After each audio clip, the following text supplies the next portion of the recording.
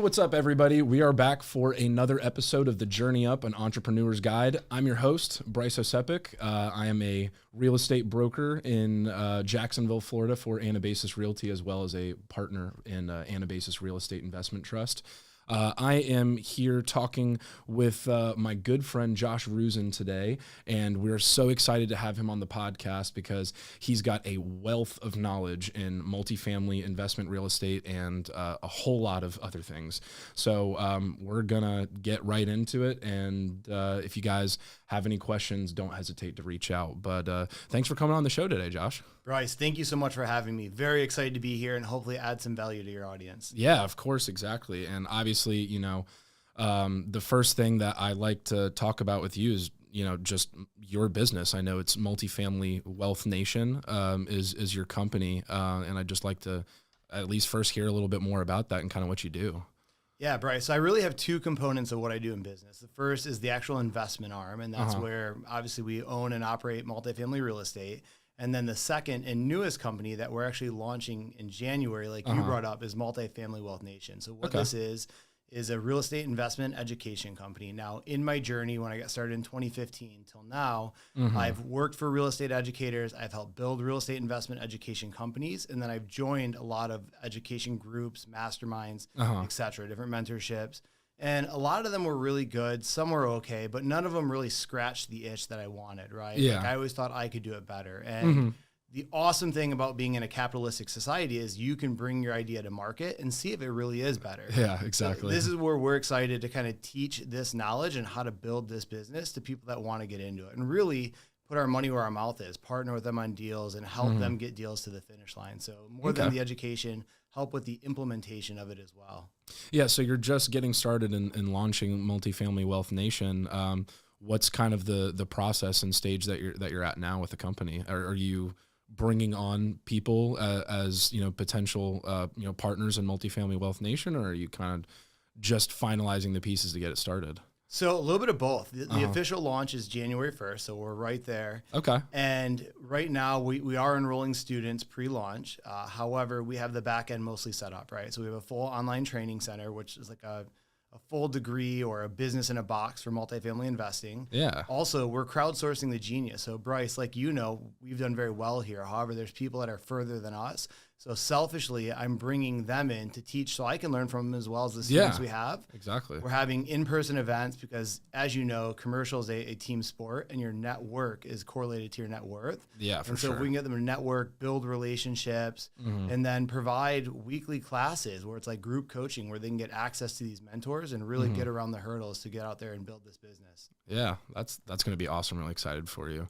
Would you say that how you're structuring your company now is different? Because I know you said you felt you could do it better. It's different than the other companies that you worked for that were real estate investing education. What are kind of the differences? What sets you apart? Dude, that's a great question. I'm really excited to answer it. So one thing that I didn't like is a lot of them were just littered with upsells, meaning you join, you pay X amount of money, and then it's behind door number 2, door number 3. They're hitting you for another $5,000, $10,000, $15,000, $20,000. Well, what we wanted to do was have it all inclusive and really focus on student success and student experience. And then the other one is a lot of them are $20,000, $25,000, $30,000, $35,000. Yeah. You know, we're doing they can ours get expensive for sure. Yeah, $7,500, right? So our focus is to make money from the real estate. Of course, have the education cover its own cost. Yeah. But really source deals and source capital from the group as well.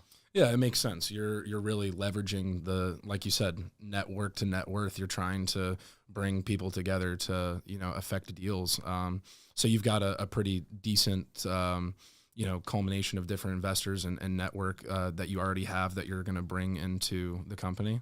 Yeah, one thing I got really lucky with is adding value to a lot of people that were much more experienced than myself, and that allowed me to build the relationship with these people. And so when they, you know, I'm able to create win-wins, spotlighting them in front of a large group of people, and then having them display their knowledge. And as you know, teaching is the highest form of learning. So if you teach it, you have to know it well. Yeah, you have to know it well, for sure. Do you spend like a lot of time researching, going to networking events and building your knowledge and your clientele to, you know, always stay on top of the game? Because obviously it's always changing. Yeah, absolutely. And I think that's important, right? Because if you don't, you're like a dinosaur. You're going to die out, right? So I agree with that. And yeah, I've joined masterminds such as like GoBundance, Okay. where it has a certain net worth requirement and been able to meet a lot of friends there. I've actually never heard of that before. Really? You should check it out. GoBundance is pretty cool, man. What's kind of going on with that? Okay, Is that here in Jacksonville? No. So they're nationwide and they have events. And so what it is, you have to have a 7-figure net worth to join the group. And then they have these experience events. And so the first one I went to was in 2018 in Austin, and it was maybe 40 people. And what was really cool is just the caliber of people and the caliber of the event. So, for example, at that event, we had Hal Elrod speak in front of a group of 40 of us, right? So the Miracle that's Morning. awesome. Yeah. Aubrey Marcus, who co-founded On It with Joe Rogan, spoke with us there. We went out to Lake Travis out in Austin, and then we did those little where the hoverboard where it shoots water under your feet. We did that. We did an island surf park and did surf lessons. Oh, so dude, it was that's just fun. Yeah, too. Yeah, that's awesome. Good bonding with high level people, and then I have friends from that network that I'm still very close friends with that were honestly way ahead of me in life. Yeah, and I've just been able to add value to them and build that relationship. So great win-wins. I think that's awesome because it definitely correlates to your success in life is the people that you run in your circles. So that's awesome. Have you heard of the Family Office Club before? That's Richard Wilson, right? Yeah, Richard Wilson. Yeah, I've actually been to a few of their events. Went to one recently in New York City, in Brooklyn, and that was awesome. Got connected with some really interesting people. People that were, involved in like deep tech and AI and all sorts of, so it's not just real estate. There's, a plethora of different people that you can network with, but that's a really cool group. And I'm planning on going down to their next one in Fort Lauderdale. So if you're ever interested in that one, I would definitely recommend checking that out. But, obviously a big part of the show that we have, the Journey Up, an Entrepreneur's Guide. The Journey Up, I'm not sure if you're aware, but it literally translates to an ancient Greek anabasis, which is my company. So anabasis literally translates to the journey up. And what I want to know from you is your journey up through entrepreneurship, because obviously there's highs, there's lows, there's ebbs and flows. It's not a straight line process, and really wanted to start at the beginning. And I know that you originally wanted to go into medicine, correct? Yeah. So tell me a little bit about kind of your early stages and kind of your journey into where you're at today. Dude, honestly, great question. And I think this is a very valuable lesson for most people because they see you 5-10 years in the journey, but what they didn't see is the struggle through those 5 or 10 years to get there. Exactly. So yeah, for sure. So we'll start with that. I'm in college and I wanted to be a doctor, right? I was passionate about medicine. Actually, health was my biggest thing. And I'm working for an orthopedic surgeon. And this guy is one of my first mentors, right? I came from a very middle-class family. And this guy did well, man. Had like 12, 15 cars, was, kind of an alpha male in life and just crushing it, right? That's freaking awesome. Yeah. So one day he comes home and he's like, don't go to medical school. I wouldn't let my kids do it. You're crazy. And I'm just like, what? This guy had like a bad day, like something's going on here, right? And so I'm like, dude, I'm confused. What are you talking about? And at this point, I'm 4 years in. I just invested in a course for the MCAT. It was like $1,200, which was most of the money I had back then. Heading into my fifth year, super senior to graduate. And what university were you at? Central Michigan University. Is it you're from Michigan? Yeah, grew up there. Okay. So basically this guy's like, don't do it. And I'm like, dude, what do you mean? And he starts talking about, he's like, how much debt do you have from undergrad? So I told him, he's like, yo, you're going to take out probably another $250,000 in medical school. That's easy. 4 years of your life. Yeah. You're going to accrue interest during residency, during fellowship. You're going to graduate in your early 30s and be $400,000 or $500,000 in debt. And I'm like, okay, but you make good money. You can escape out of that. And he's like, look, you don't get it. In the 90s, I used to make 7 figures a year. He's like, now I'm lucky to make half that. And I'm like, you're complaining about making $500,000. Like, good problem to have, jerk. Like, what's wrong with you? Yeah. And he's like, no, you really don't get it. Medicine's changing. Most physicians were self-employed when I first started. Now they're becoming employees of the hospital. Yeah. And reimbursements are going down, down, down. He's like, by the time you graduate, I think they'll make $100,000 to $200,000 a year. And he's like, take that, compound it with your debt. He's like, you'll be probably 40 years old before you get out of that debt. So I just pictured and imagined myself starting life at 40 and kind of climbing out of the hole. And it scared me. You don't want to be there. Yeah, for sure. That's a scary situation to be starting at 40. Yeah, absolutely, man. So at that point, I'm like, all right, I have a biology degree. What in the world do you do with that if I'm not going to go to medical school? So he's like, go into business. I make more money from business than I do being a doctor. So I finish out school to get the degree. I move home, and I decide I want to start a home healthcare company. So I'm at home. Very interesting. Yeah, and I figured it was low barrier to entry. I had someone at a gym I worked at that did well doing it. And so for 6 months, I'm going to Starbucks. I'm going to Panera every day. I'm treating it as my office because I can't afford an office back then.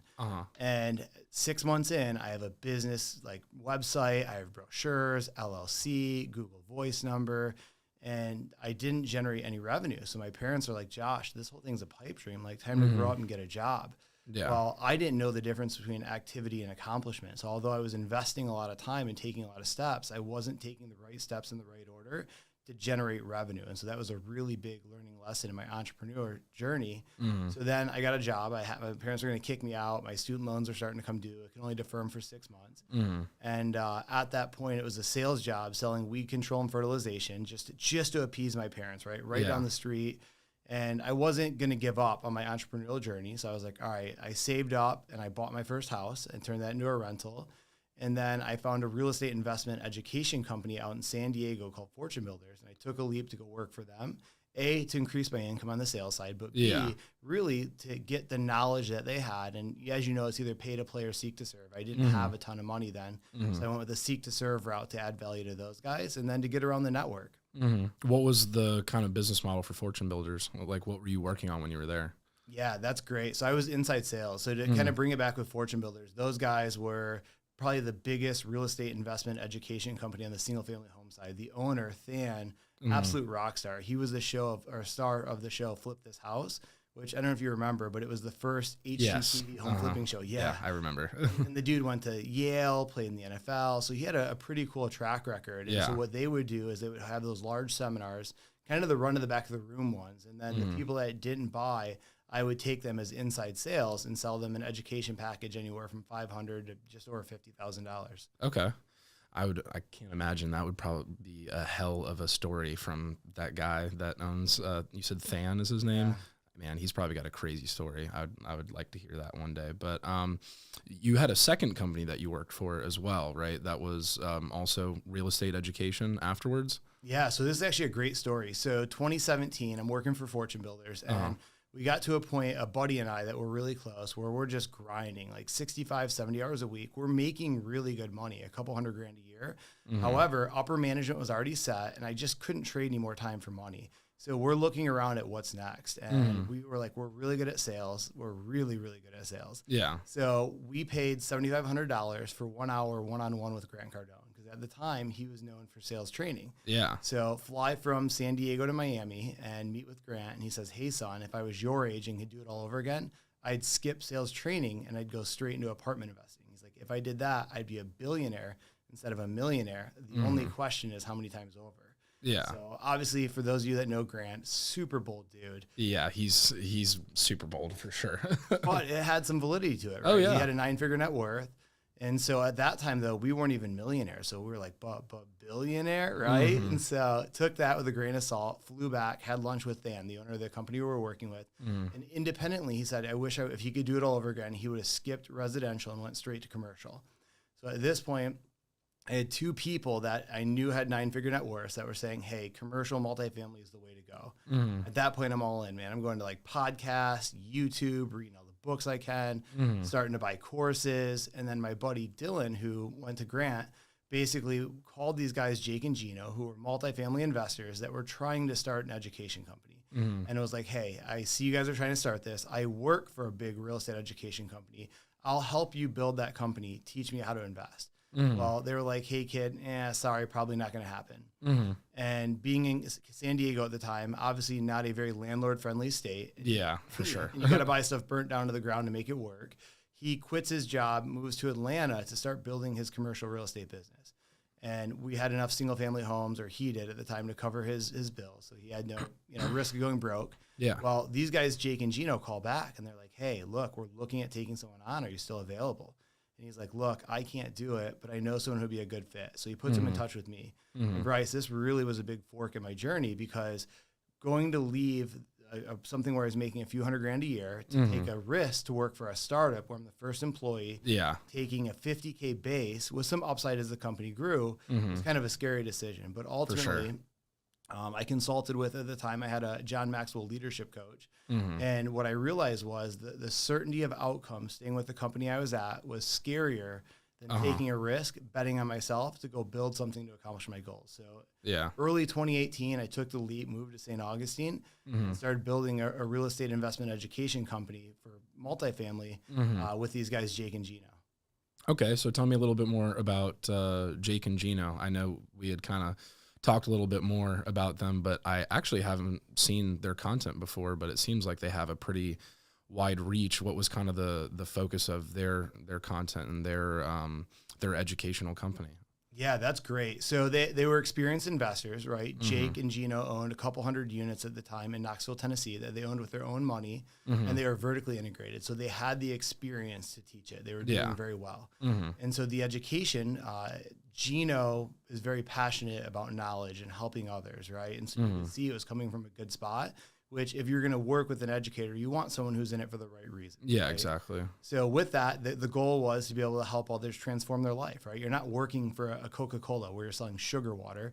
You're offering education. Like I couldn't go to Flagler and be like, yo, I want to learn how to buy apartments. They teach you how to get a job and be an employee. So the goal is to be able to do that, provide the knowledge, education, systems, tools, and then the network to help someone create success. And so we were able to scale that business, and then I was able to learn from them on the investment side, grow my business, and then get to a point where I was able to take the leap full time. That's freaking awesome. So, I wanted to go back to, you said that was such a scary point in your life, like making that transition from, making a couple $100,000 a year and going and working for a startup.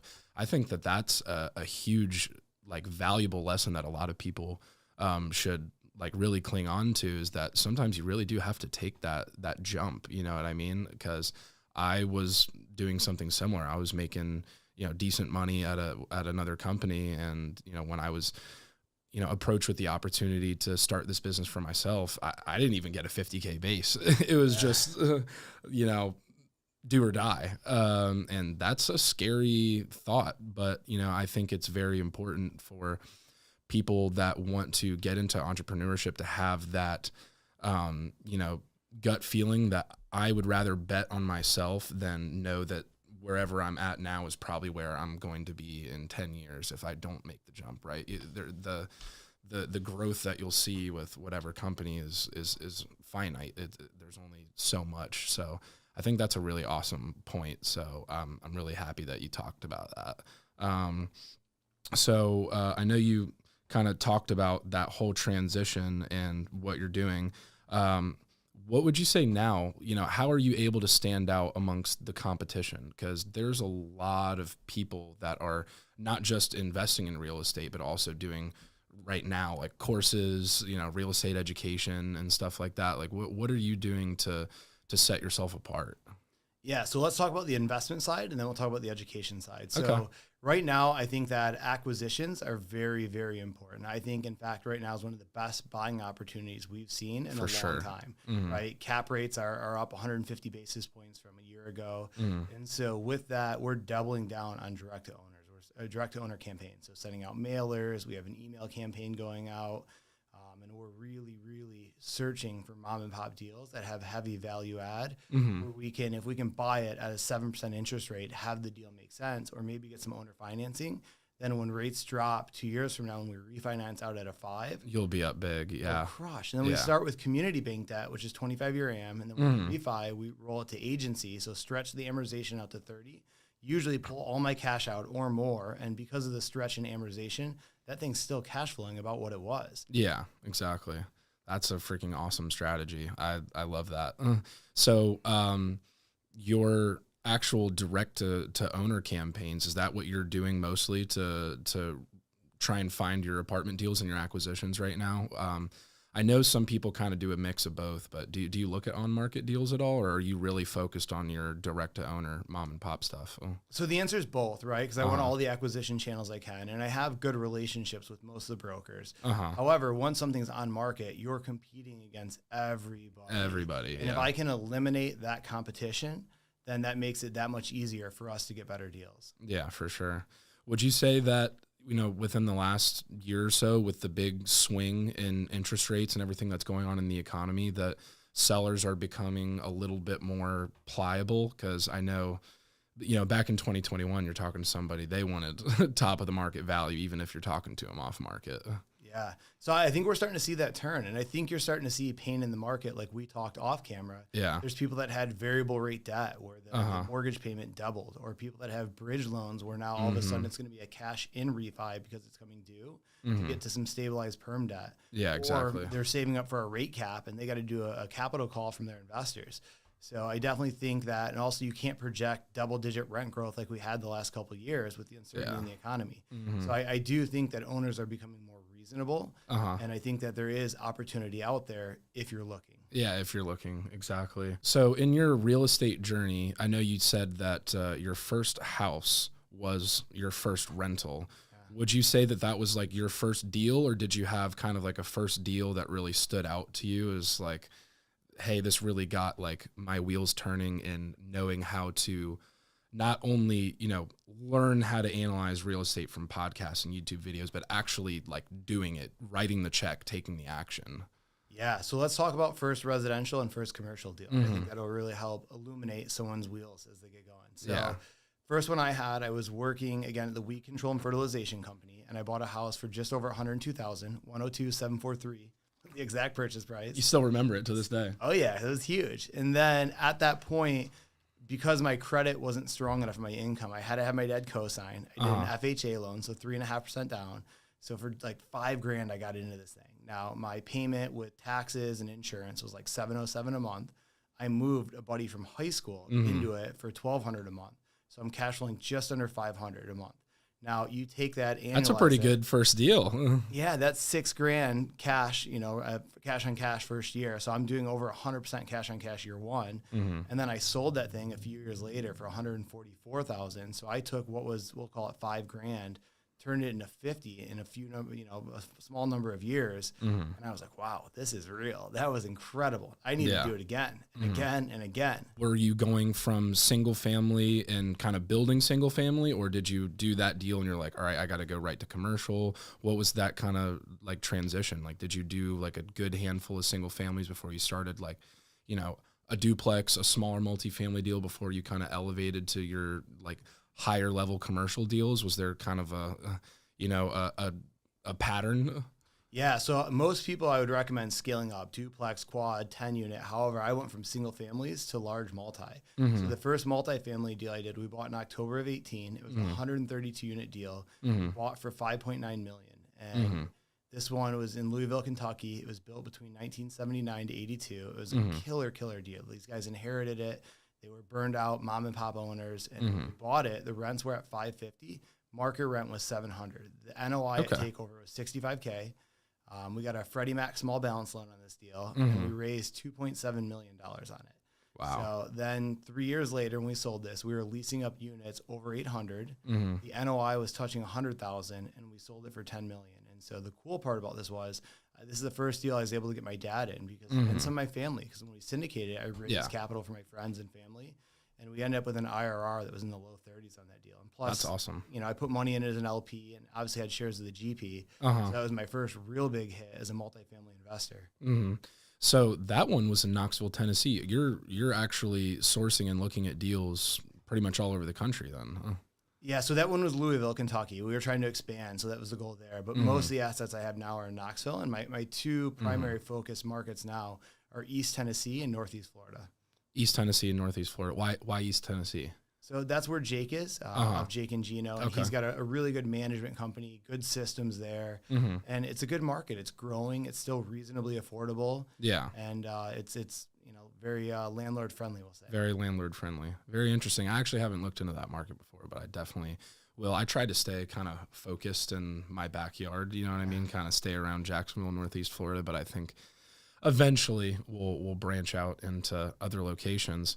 So I thought that was really interesting, though, that whole breakdown and synopsis of that deal. Can you tell me a little bit more about kind of the challenges that you faced in your capital raise? Because as you and I both know, raising capital is not easy for sure. And you were definitely able to put a pretty large deal together. That's awesome.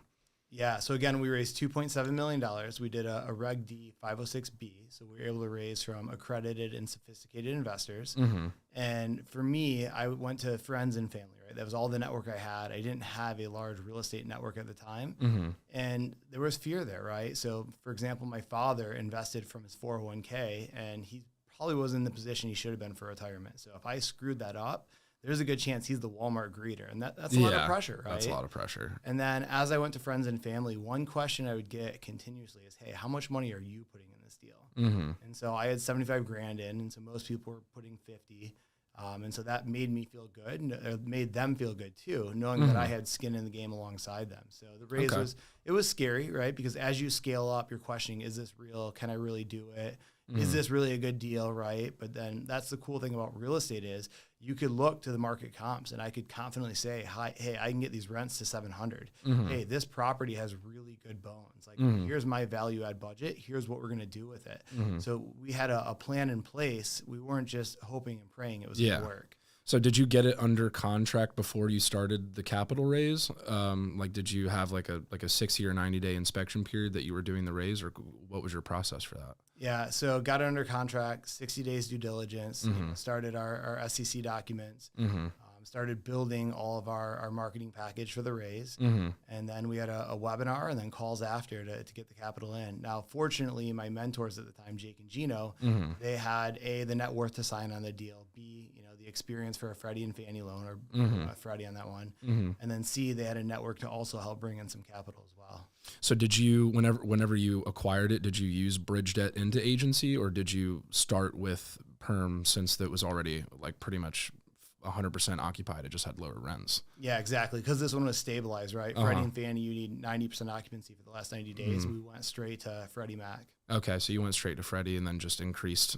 Did you have like a full renovation plan in place, or did you just increase the rents based on what was already there? Yeah, so definitely not the jerk landlord that just goes in there and increases rents without adding value. So we had a $300K renovation budget. A big part of that was exteriors first, right? So when someone pulls up, you want them to be proud of where they live. For sure. And tenants to be like, wow, this is an awesome place. So we stripe and sealed the parking lots. We added a dog park, which is an awesome amenity. Yeah, that is an awesome very amenity. Little. We built a gazebo with a little grill area, and then we increased the landscaping, right? So hedging and doing the things that most people won't do. And then interiors, they were a little outdated, right? Again, this was a burnt out landlord that, although they weren't increasing rents, it was still kept clean. It just was a little bit outdated. So we went in and put in luxury vinyl plank. We resurfaced the countertops. We painted the cabinets and put in new knobs. And then we did repose gray on the walls.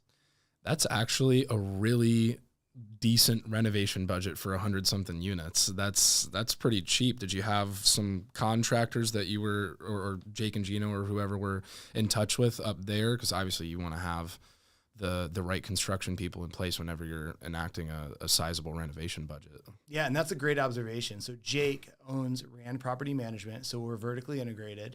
And being that, we were able to save some money with him owning the management company. Yeah, exactly. That makes sense.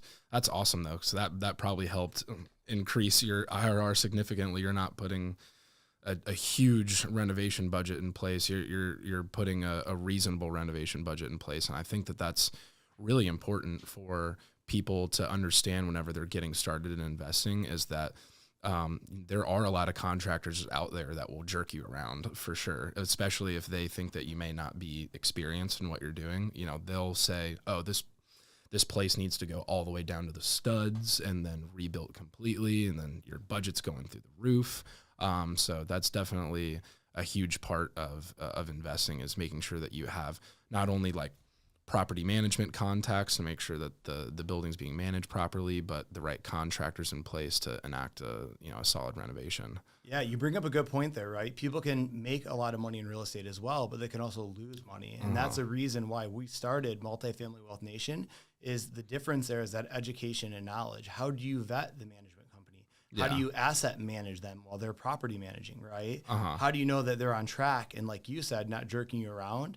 And that knowledge is quite literally the difference between making a ton of money or losing your shirt. Yeah, exactly. So I know in your company, you kind of, have a whole, array of different, education systems and stuff. What would you say is, obviously, in my opinion, I think that, the analysis of the deal is the most important part of the entire thing. Obviously, you can source deals till the cows come home, you can raise capital, but like you said, you can lose money if you're putting money into a deal and it's not done correctly. What, advice would you give for people that are still, learning and trying to understand the analysis of, a multifamily deal? Oh, that's awesome. So let's break this down at a high level. In my opinion, you have to look at about 100 deals to get one. So let's take the 100, let's say 70 of them, we're going to do a quick analysis to figure out, it doesn't fit our criteria, whether it's in a flood zone or it's not the vintage we look for, or the median income in the area is too low. That'll allow us to not waste our time and do a deep dive on all 100 deals. Now we're left with 30 that sort of fit our buy box. They might be close on returns. What are those first entry level key factors? What are some, like, what median income and what things are you looking for before you just throw it out really quickly? Yeah, that's a great question. So the absolute first thing I do when I get a deal is I'll go to the census tract and I'll look at the median income of that area and then those around it. If it's not north of 40K, done right there, right? Like, I don't buy D-class assets in D areas. No way. I'm not skilled at that type of management. Yeah. The next thing I'll look for is flood zones. I prefer not to buy in a flood zone. As you know, in Florida, insurance is already hard enough. For sure. It only makes it a lot harder. Only makes it harder, yeah. From there, I'll do a quick analysis, right? And I'll figure out if I'm close on price. So at that point, I'll take their actual income, and then I'll do about a 50% expense ratio, just as a rule of thumb. And then I'll plug my debt in and kind of see where their returns are penciling out. And then I'll take the broker's pro forma to see where it goes as well. Now, you and I both know the broker's pro forma is not always accurate. It's trust but verify, right? Yeah, so exactly. You're saying, hey, this is the absolute best case scenario possible. And when I mean absolute best, I mean it's like absolute best. Yeah. So you got to take that for what it is. So at that point, if I'm close, not like half the purchase price they're asking, have the deal make sense. If I'm within 20%, I'll go in and do a deep dive analysis. So I'll verify what my taxes would be. I'll get an insurance quote. I'll plug in what it would take for me to run it, and then I'll build a rent comp matrix to verify what I believe I can get rents to at the level of renovation I plan to do. What are you using for your rent comps? Because I know you're looking at deals in multiple areas. Do you, go off of MLS? Do you use apartments.com? Do you use, PropStream? What's your avenue for running comps? Yeah, quick and dirty, I have CoStar that works. However, we always want to trust but verify. Again, these are large deals that we want to make sure we're absolutely confident on the numbers. So I like apartments.com, and then I try to find similar assets, so similar vintage, similar levels of rehab, and then see what they're able to get on a price per square foot basis on a, if it's a 1-1 on a 1-1. And then I know what I can do on that deal. Interesting. Yeah, I like that strategy. I think, like you were talking about before with the broker's opinion almost of the financials, a lot of people don't realize whenever you buy an asset at a new price, it's going to get reassessed. Your taxes are going to go up. Your insurance is going to go up based on that value. A lot of brokers don't actually put that into the pro forma. They'll put at what the current tax and insurance level is and try and make you run your numbers off of that. But the expenses are going to go up no matter what whenever you buy a new asset. So I definitely would recommend people to look into that beforehand. So, we've talked about a whole lot of stuff. I know, some of your deals you had broke down a little bit for me. What would you say are the type of deals that you really specialize in? You're saying that you have a certain vintage that you go for. I mean, are you only doing value add? Will you do, other types of new construction or different types of multifamily deals? Because there's a ton of different types. What would you say is your focus, and then why? Yeah, that's awesome. So our bread and butter is value add. So we get B and C class area or B and C class assets in A through C plus areas. And the goal being rents at least 20% below market, right? So we're looking for like 70s vintage or newer. And we like the value add component because once you increase the income, you're able to force so much appreciation in the equity there. And we've been able to really, really do a good job at truthfully restoring units that are not at their full potential, providing a clean, safe, modern, affordable spot for people to live. And something we really feel good about, because if you look around at most of the new construction, it's all A-class. It has to be to make sense financially. And so there's really a lack of clean, modern, affordable housing in the C-class space. So that's our bread and butter, and that's our niche. Eventually, I would love to transition to the A-class. I have buddies that are doing it, and they'll get them on the lease up, right? Because a lot of these deals, in order to get agency debt, they're trying to stabilize these things as fast as possible. So they're getting the occupancy up, offering concessions. And then what my buddy will do is he'll buy them and he'll get the rents to market rate, and he'll get them up over time. And those are a little bit less headache, as you know, a little bit better tenant, a little bit better, less maintenance on the property. So they're just doing forced appreciation based on what the rent actually should be, because the new construction, investors are just leasing it for whatever they can to get out of their construction loan, basically. Yeah, because they got to hit occupancy requirements before their debt is up, right? Before it's it's matured to get to stabilized loans. Yeah. So you talked a little bit before about how when you did your first deal that your partner had kind of the experience necessary to even qualify for one of those loans. What would you tell potential investors that are interested in getting into larger multifamily deals, what type of experience they need to qualify for these types of loans, and if they don't have it, how they can get it or who they need to partner with?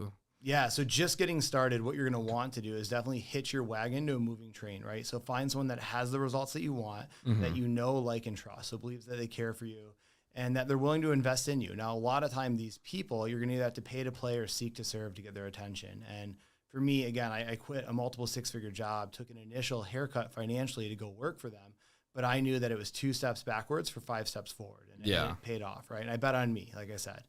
Now, with that, for Freddie or Fannie, especially in an economy that's tightening, they're going to want to see that you've managed like-kind assets before. And they're probably not going to let you self-manage if it's your first deal as well. And it's even harder to get, quote-unquote, your Fannie Mae card, right? They're very strict on their lending. Yeah. And so if you can find ways to add value to someone like that and then put in the sweat equity, right? You may not have all the money up front. That first deal, I only put $75,000 in as an LP. So it was good money, but not a large sum of money. And then at that point, you'll start getting more experience, more knowledge, and more, truthfully, equity, and then money, right? And then you're in the position to take more of the deal as you grow and scale. So would you recommend for somebody's first multifamily deal to do syndication, or what would you recommend for the first deal? Yeah. So again, this isn't the path I took, but I think scaling up from maybe like a duplex to a 10 unit is a good way to go. As I've transitioned and made more money, my strategy has shifted from syndication to buying smaller mom and pop deals with my own money with a couple partners, and then using the refi and roll approach. So taking that deal, forcing appreciation, learning it, you're sort of, have the training wheels on with a smaller deal, and then really, really perfecting your systems, your knowledge, your asset management, building those relationships with the bank. And then once you've done your value add plan, refi your money out, roll that into the next deal. Gotcha. Tell me a little bit about your portfolio right now. You said you're working on, a few syndications, and now you're buying some mom and pop deals. Tell me a little bit about it. Yeah, current portfolio is 11 properties, 442 units. The largest is a syndicated. The other 10 are joint ventures, so me and a couple partners. The current syndication we bought 4 years ago for $9.75 million, and we actually just listed it with a Kirkland Company broker at $15 million about a month ago. So and that one's in Lexington, Kentucky. That's my last Kentucky property. Last Kentucky one. Do you like that market still? Yeah, it was good. I just don't have other assets there, and going from 143 doors to 0, I think, and I don't have a residence there. I'm going to focus on, like you, less markets and doing better. Yeah, exactly. That makes sense. So what was your game plan with that one? I know that you said you just listed it. What was the kind of strategy in acquisition and repositioning that asset. Yeah, so very similar to the one in Louisville, right? Light value add, bumping the rents, and just running really, really solid management. Now, selling it, there's still meat on the bone for another investor, right? What we do is a very light renovation. And so they can go in there and they have the ability to, first off, assume our debt, which is 3%, or 3 and change interest rate on it. Yeah. And then they can take those classic renovations that we've done and do a more premium renovation and bump the rents even further. Interesting. So go and put like gooseneck faucets, stainless steel appliances, maybe Formica or granite, just sort of bump that up, and then they'll be able to increase the income even further. That's a pretty interesting point you bring up. So in your repositioning, would you suggest and do you recommend that it's better to leave a little bit of meat on the bone? Have you done projects before where you may have actually, taken it all the way, and then that asset may have been kind of hard to get somebody to buy at top stabilization? Yeah. So if you're a syndication, 100% you want to leave some meat on the bone. And in fact, what we've done is we've renovated a few at a more premium renovation to prove out those rents in that business plan. So that way that syndicator investor that buys it, they know that this is a doable plan, right? It's not a pie in the sky plan. Now, the assets that I own with my own money, with my partners, we don't have to do that. And in fact, we'll renovate all the units. This way we've forced all the appreciation That you can out of it, yeah. And then do a refinance at that point. Okay. Yeah, I like that strategy. I like that strategy for sure. Are you, open to JVs or other partnerships in the future? Yeah, absolutely. Again, that's the awesome thing with multifamily is you're literally splitting up a watermelon instead of a grape for like a single family home. Yeah. And so there's way, way more there. So you can have partners that do very well. And in fact, I believe it's beneficial too with the right partners. Now, there's a lot of people that want to get into this and they'll send you on market deals or deals they haven't underwritten and say it's a deal. I would recommend if you're just getting started, get educated. Don't waste these people's time. You're going to lose all credibility. You don't get a second chance at first impressions. Yeah, exactly. What are your expectations for 2024? Obviously, 2023 has been an interesting year, to say the least. The Fed just paused their rates. We're probably, at least from articles that I've seen, looks like we may be seeing a few rate decreases actually for 2024. What are your expectations? How are you, planning and moving into next year with your current assets and potential, acquisitions moving forward? Yeah. So let's talk about current portfolio first. So all of my portfolios on either community bank debt, so at least a 5-year term, or agency debt, which is at least a 10-year term. Yeah. So I don't have any, maturities or any real risk that way. Now we are doubling down on acquisitions. This year was a harder year to buy, 2023. And so I need more write-offs. I'm used to the depreciation and paying very little in taxes. And with bonus depreciation slowly going away, it's harder and harder to get more of that depreciation. Now, I think it is a great time to buy. There's a lot of new units coming online that the construction will eventually normalize, or it has. And so that's actually suppressing and even having rents go negative in the A-class space. I think we'll see spillover to the B's and C's. Yeah. Because let's say I'm a tenant and I live in a B-class apartment and an A-class down the street is offering the same rent, but a way nicer spot. I'm moving up. I'm upgrading, right? Yeah, so exactly. You'll see that soften a little bit. Now, that may sound like a bad thing. You own stuff, and that's why you don't want to get too aggressive on your underwriting. It could hurt you, right? Yeah, for sure. What that does is that creates a buying opportunity. And so with cap rates where they are right now, I believe you can get a pretty healthy cash on cash going in. And then as long as you have strong operations, I think you'll do very well when interest rates drop and you go to refinance. For sure. I'm definitely looking forward to hopefully that happening. Honestly, I don't know about you, what your opinion is on it, but I don't really think rates will go below 6-ish, 5-ish% ever again. I don't really believe that we'll see a 2-3% interest rate ever again, just because of the crazy economy that ensued from them dropping rates that low. Yeah, COVID was definitely an anomaly. I think they should hit the 5s again. We'll see. Obviously, it's very hard to predict. And the Federal Reserve, I think they act more in hindsight rather than looking forward. They're more reactive rather than proactive. They're hasty for sure. However, in my underwriting, I hope for the best, but prepare for the worst. Yeah, right? Like exactly. If it doesn't work in a moderate scenario, then I'm not buying it. Yeah, that makes sense. So I like to bring up kind of a hot topic on every show that we do. I don't know if you've seen anything on it. It's very recent. Have you heard of the Corporate Transparency Act that's coming out? Fill me in, man. I'm in excited. 2024. Yeah. So the Corporate Transparency Act is a new, it was passed in 2021, but it takes effect in 2024. And what it is, it's going to require anybody that owns, like all small mom and pop businesses that own LLCs, just like you and I, to submit what's called a beneficial ownership information report to the Financial Crimes Enforcement Network, basically to the government. So we're going to have to probably pay more fees and submit more paperwork and relinquish more information about, private entity owners to the government. So, I was interested in hearing your thoughts on what you think about that. And, it's going to affect you next year.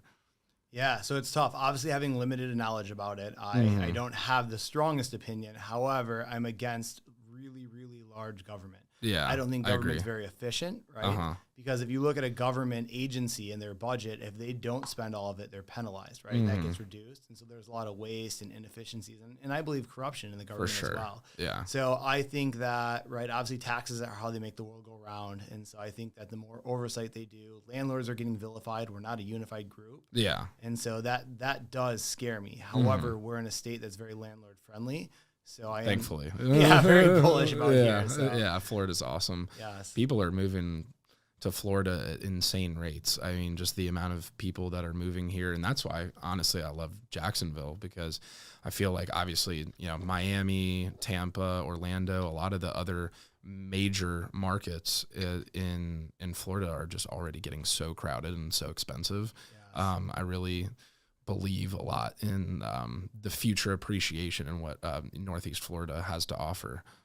Oh, I couldn't agree more. In fact, if you can hold an asset over a long enough period of time, you always do well, right? The question is right now, it's hard to predict rent growth for the next couple of years. I think that expense growth is going to continue to grow, right? Insurance and taxes, various things like that. Yeah. And so I think if you can survive the short term while being conservative, long term you crush with these deals. Yeah, for sure. Are you planning on holding a lot of these deals for, a long, long period of time? I know a lot of investors kind of have more of the 3 to 5 year hold model before they'll, sell an asset and kind of move on to the next one and reposition their finances.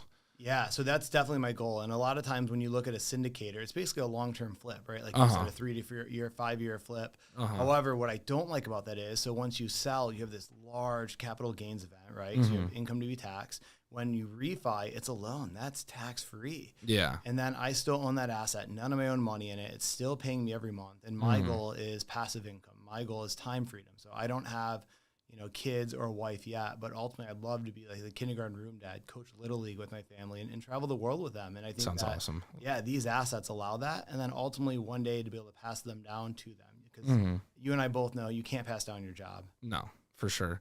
And, where you're at right now, let's say all of the properties that you have are on 30-year debt notes. By the time you retire, those should be paid off 100%, unless you continue to refi them, but they should be paid off 100%. And then you're sitting on all that equity as well as all of the cash flow, the net operating income for those assets.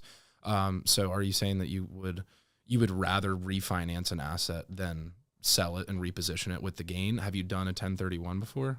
Haven't done a 1031 or a Delaware statutory trust. However, I have continued to refi just because of velocity of capital, right? Yeah. Your return on equity is very little to low. And for me, it's about how hard can I make my money work for me? Yeah. So if I can refinance that money out and buy another asset rather than it sitting in that one, sure, my cash flow might go down a little bit. But the velocity of my capital goes up overall. Yeah. Interesting. I like that. What has been your biggest hurdle that you've had to overcome as a real estate investor? Oh man, great question. So again, I mentioned 2017, I started studying apartment investing. And when I got into it, I didn't know anyone who did it. I was like, can I even buy these things? It took me 13 months to buy my first deal. So picture and imagine this, you're working, you're taking your nights, your weekends, calling these brokers. I'm a kid in my late 20s at the time. Yeah. And at points, doubt creeps in. Can I do this, right? Because if I would have thrown the towel in on multifamily 8 months in, I would have given 8 months of my life for no return. Yeah. Zero. Just gave up. And so having that belief that I can do this and really not giving into that imposter syndrome was well worth it. For sure. Definitely difficult, right? Yeah. So, what are your goals for the future? Obviously, you've got, 11 properties. And in those 11 properties, a crazy amount of doors and actual, worth in real estate, sizable deals. What's your goals for the future? And, what kind of deals are you going to continue to work towards? And, what are your financial goals and your asset goals? Yeah, that's great. So my goal is to pay the price now so I can pay any price later. And again, it's not money that I'm after, but it's time freedom, right? So before I have kids, to be able to really create the success I'm looking for, to know that no matter what happens in this world, that we're fine and we're taken care of, right? We have hard assets. Yeah. And so how I get there now is growing the two companies, which almost work hand in hand. So with Multifamily Wealth Nation, truly I want to change people's lives. I want to be out there to inspire, educate, leave this world in a better place. But also it's going to allow me to put my money where my mouth is and partner on deals with them, right? So it's going to increase deal flow here locally. And then also as a marketing channel, it'll allow me to raise capital as larger deals continue to come across my plate that I wouldn't be able to take down without syndicating. Yeah. So meeting guys like you that I can partner with and really to grow my portfolio. So with that, it's continue to buy deals on my own, the small ones that I can take down, and then the larger deals partner and syndicate, or even raise capital for other operators' deals as our network grows. I would love to do a deal with you. Let's do it, Yeah, so I'm definitely glad that we got connected and got to talk a little bit more because I would definitely love to. Let's say, you hit those goals, you reach those goals, what would you like to actually do? Traveling, family-wise, what are you looking forward to once you reach financial freedom? Oh, man. I think at that point, it's working because I want to, not because I have to. And it's not that I have to now, but I definitely know that I have more potential and I don't want to leave that unfulfilled. Yeah. But ultimately, like I said, it's exploring the world with my family, living this life to the fullest, and being able to do things like coach sports with my kids, to show up at it and know that I don't have to do anything. I get to do the work, and then I have the opportunity to be at all their events and do all that stuff and just be a huge part of their life growing up. Yeah, that's going to be awesome. You're living in St. Augustine now? Yes. When did you move to St. Augustine?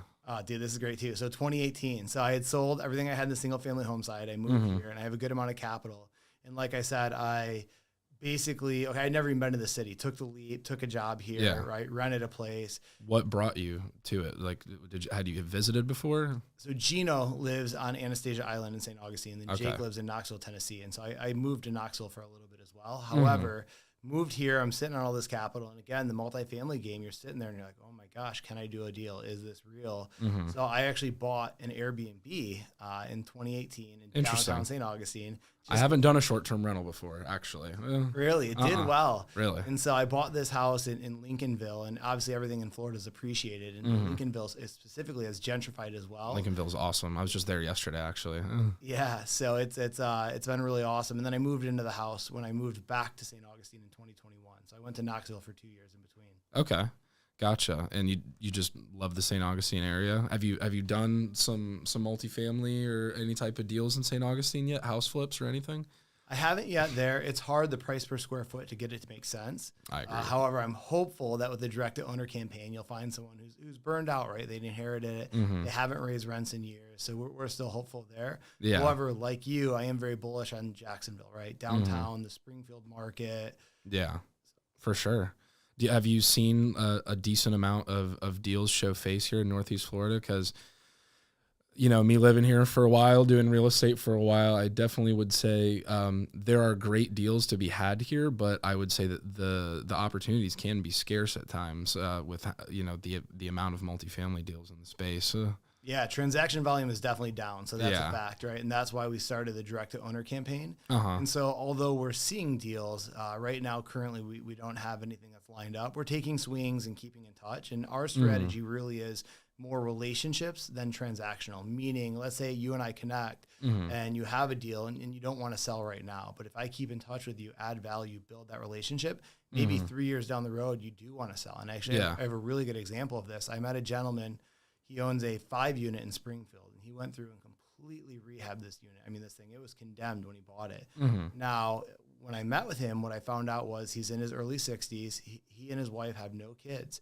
And so they don't have a plan to pass it on. And, you know, because I took the time to meet with him and really took an interest in his story in a genuine way, right? Not a transactional way. He brought up in passing, well, hey, maybe when I retire in a couple of years, I sell it to you. So at that point, sure, that may not come to fruition instantly. However, if you have enough of these seeds planted, eventually some will blossom. And that's how you get those home run deals. So, you know, you had that 5-unit seller that you were talking to in Springfield, and he's got, you know, a great relationship that you've built with him over time. How would you say that you're, you know, working to build relationships with your sellers? Because obviously you're doing like cold outreach campaigns, right? You're sending direct mail, you're, you know, calling people to try and get in touch with them. How are you, you know, really building a relationship with them? Are you meeting with them in person, having lunch? Or what's your process with a seller? Yeah, great question. So there's a few different things. One is just taking a genuine interest in them. So I'm curious. Again, this guy is 63 years old. So he's lived a little bit more life than I have. In fact, you know, darn near 30 years more than I have. Yeah, almost twice. Yeah, exactly. So he's been through a lot, right? So hearing his story, how did he get where he's at? Why did he build this building or buy it? What challenges did he have? What are his goals in the future? And then getting to know that. And then also keeping in touch. So little things like following him every 6 months, seeing how he's doing and trying to add value. But I agree, like you said, meeting in person, I think that really builds the relationship. Yeah. And then when we're out, whether it's coffee or dinner or lunch, I always make sure to pick up the check. Yeah, for sure. Do you have like a rolling spreadsheet or like reminder system of like when to follow up with people every 6 months or so often, or what's your process for that? Yeah, it's great. So we use HubSpot as our CRM for our sellers. And in there, of course, we do have reminders, and it's tied to my Google Calendar, so it helps with that. So yeah, there's no way I could keep track of all that in my brain. And in fact, a lot would slip through the cracks. So I think if you're doing this at scale, or even first starting, if you can use a CRM, it allows you to scale, right? Having systems in place for all of this. For sure. Yeah, I haven't used HubSpot before. What is that a pretty decent software? I use Go High Level for my CRM. Nice. Yeah, we like it a lot. So we started with RE Simply, and then we moved to HubSpot just because it had more functions. Yeah, I've used a couple different ones, but I've heard of HubSpot before. Well, that's awesome. I actually have a building in Springfield right now that we're redoing. That's a 6-unit building. It's pretty interesting. We picked it up. I want to say it's like 1920 construction or something like that. It's like a super old building. It's one of those like looks like a single family house, but it's actually like probably been split up at one point into different apartments and stuff. So the front building, it looks like a house, but it's actually a quadplex. And then there was a second building built in 1945 in the back. That's a duplex. And I think it's funny because I bring this up because you talk about building relationships. I actually got connected with the seller from a text message campaign. We were doing a texting campaign, and he was like getting up there, probably like in his 80s, and he had a huge portfolio, and this was the last property that he had held on to, because it was not only the last property he held on to, but his first deal he ever invested in, like way back in the like 40s or 50s, something crazy. So I met with him in person, and really, like you said, kind of took that interest in not only, you know, the deal, but his life, his story, what he'd been through, and his journey through real estate and whatnot. And I think he really connected with me on that point. And what's funny, full circle, we got the property under contract, and I ended up wholesaling it to a buddy who had a buyer in California that picked up the deal, put a good amount of, you know, rehab into it. I would say he probably did half the work, and then ran out of, you know, money and resources to continue to push the project forward. And I, you know, had garnered a good relationship when, you know, offloading that deal to them, and they reached out to me and were like, hey, you know, we need to get this deal off our plate. And I was like, you know what? I'll take it. Like, I don't need to go look for a buyer. I'll take it off your hands. And ended up getting it at a pretty significant discount, even from appraised value. And we're just finishing the renovations on it right now, and we'll look to probably stabilize it here in the future, refi it, and move on to the next one. But I just wanted to tell you that story because I thought it was so cool, because it really does attest to, building relationships with sellers, and how that can not just, bring you a deal. It can also bring you another deal down the line. You never know where your next deal is going to come from. So always, keep your contacts close to you, no matter whether they're a mortgage broker or a wholesaler or whoever they might be. Yeah, I agree to that 100%. And in fact, to add to that, right, they knew that you could close, so they had that confidence in you and your ability to execute. So that allowed you to get it at a price cheaper than if they took it to market, right? Yeah. A lot of times that certainty is worth a lot. So it's almost your character and credibility in the space too. So that's really awesome. Yeah, exactly. Do you have any deals that you're looking forward to in the future that you're working on that you might be close on? Right now, no. However, we're taking a lot of swings and really doubling down on that. However, the biggest thing we have is going full cycle on that last syndication. That'll really create a great return for our investors. So that'll reload their pipes for another deal once we have one. And then also create a pretty large liquidity event for myself. That's awesome. I'm super pumped for you. So obviously going back to, Multifamily Wealth Nation and all the business and deals that you're doing, if somebody that's interested, what's the best way to get involved? Yeah, so watch this. I'll give out my cell phone. I'll take a chance here. So my cell is 810-348-6689. Another thing is, if you want to just go to our website, multifamilywealthnation.com, and you click Academy, we put together a really good free course. It's a couple hours of content, but we spent a few weeks really piecing this together to have a ton of value, so someone can understand the ins and outs of multifamily and really how they could be a part of this industry as well. Okay, awesome. Well, if you guys are interested in, what Josh has to offer, which I think is a wealth of knowledge and, potential deal sourcing across the board, if you guys are interested, definitely reach out to him, look into his website and his company and everything that he's doing. I think it's super awesome. Before, we wrap up the show today, what advice would you give to people that are just getting started in the game, or potentially, want to, partner with you? What not only in real estate, but just entrepreneurship, life in general? What would you give, kind of a big takeaway? Yeah. So I would say most people overestimate what they can do in a year and underestimate what they can do in 5. And what I mean by that is, this is definitely a marathon, not a sprint, right? So you got to put in the work and really be consistency, and that consistency will get you there over a long enough time horizon. That's awesome. I love that. I've heard that quote before. Billionaire guy, right? Gosh, I can't remember his name. He's escaping me. Tony Robbins. I think he said that, didn't he? Love some Tony Robbins, probably. Yeah, I think so. Yeah, that's an awesome quote. Well, thank you for being on the show. Really appreciate, you coming out, spending some time with you.